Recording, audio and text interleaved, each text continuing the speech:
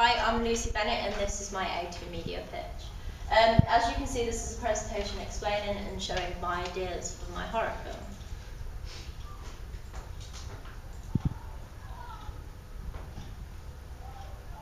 Okay, the first thing I will be talking about is my title. I've decided to call my film Lost in the Wild. This is due to the fact that in my questionnaire it was one of the most popular choices. Here's a mind map showing other possible ideas for the plot themes plus their chosen title.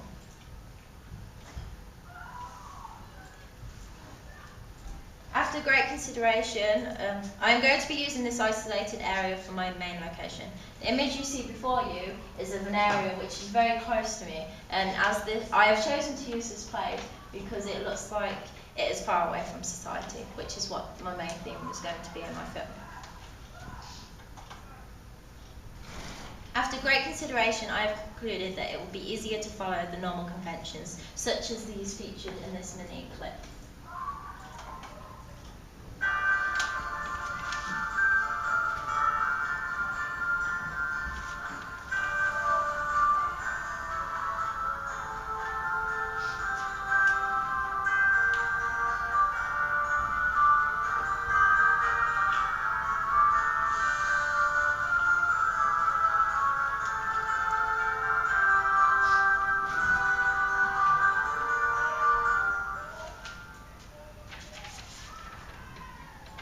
It is important for me to follow these conventions, as I am only a small company. It would be taking a higher risk if I was not to.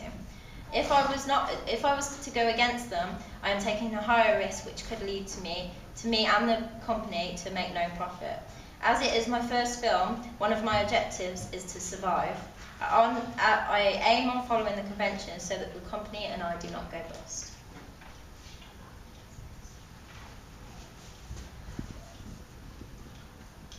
Okay, my social economic groups. Here I am going to be aiming my product at the brackets B, C1, C2 and D. I am also aiming my horror film at both males and females. Once analysing my questionnaire, I have concluded that it is best for me to aim at both males and females, as it allows me to have a larger target audience.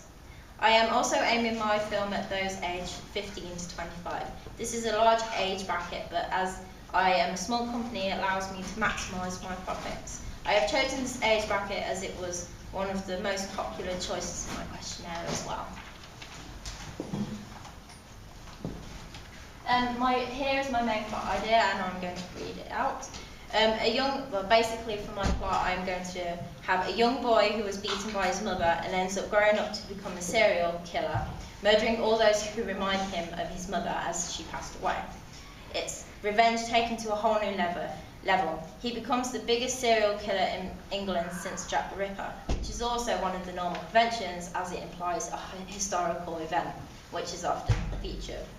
Once he beats his victims, he leaves them to die in a near-death area in the wild, which is the land that he inherited from his mother once she died 2 years previous, which is when the killings first started.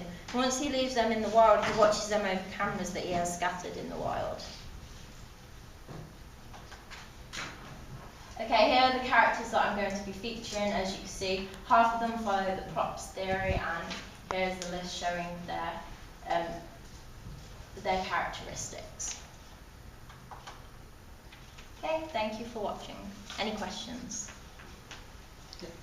In your presentation, you haven't told us about how you're going to be advertising your film to your chosen and specific audience. Okay. I will be using social media to follow Just it. purely social media, because if you've chosen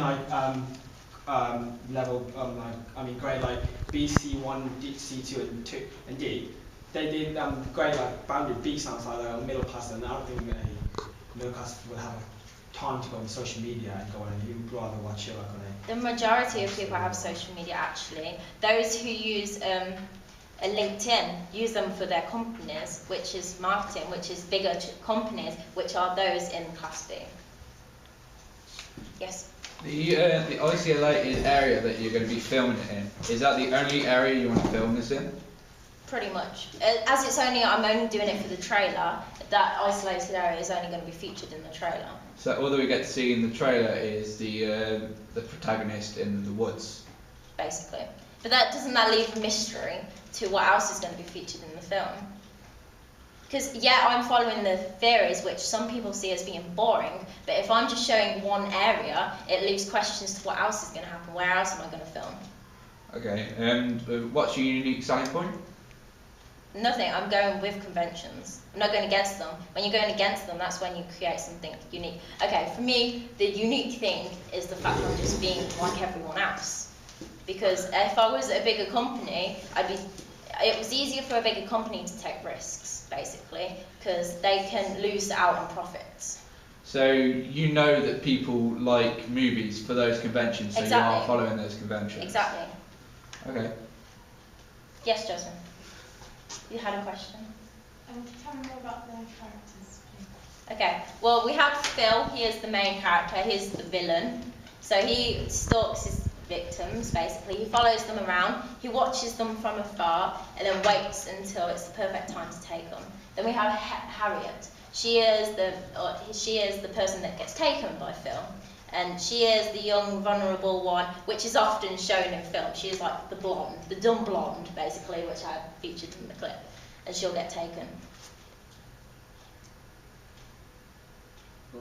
I was just going to get this back. Okay, so Phil, obviously I've said.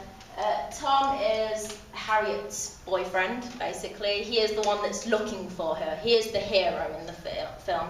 He will look for her and he is the one that actually eventually finds her once working out and going against people who think it's not. Laura is just one of the friends featured in the film. Matt is the father, which obviously is the father of Harriet, so he is the one that sets the goal, almost. He is the one that wants to find her when the police have no hope. Okay, and Alice is like the false hero. Yes? So your main character is a villain. Yeah. So you're not following the convention of the main character being the hero. So how are you really going to scare people if they're always following the person who's going to be doing It's scares because, okay, you see Phil, it's a mystery of Phil, really. You see him through his day-to-day life, but you don't know it's him as such. Like, the whole audience see the person get taken, you see them being watched, you see them being hurt, but you don't actually know who. You see this new guy who doesn't know much.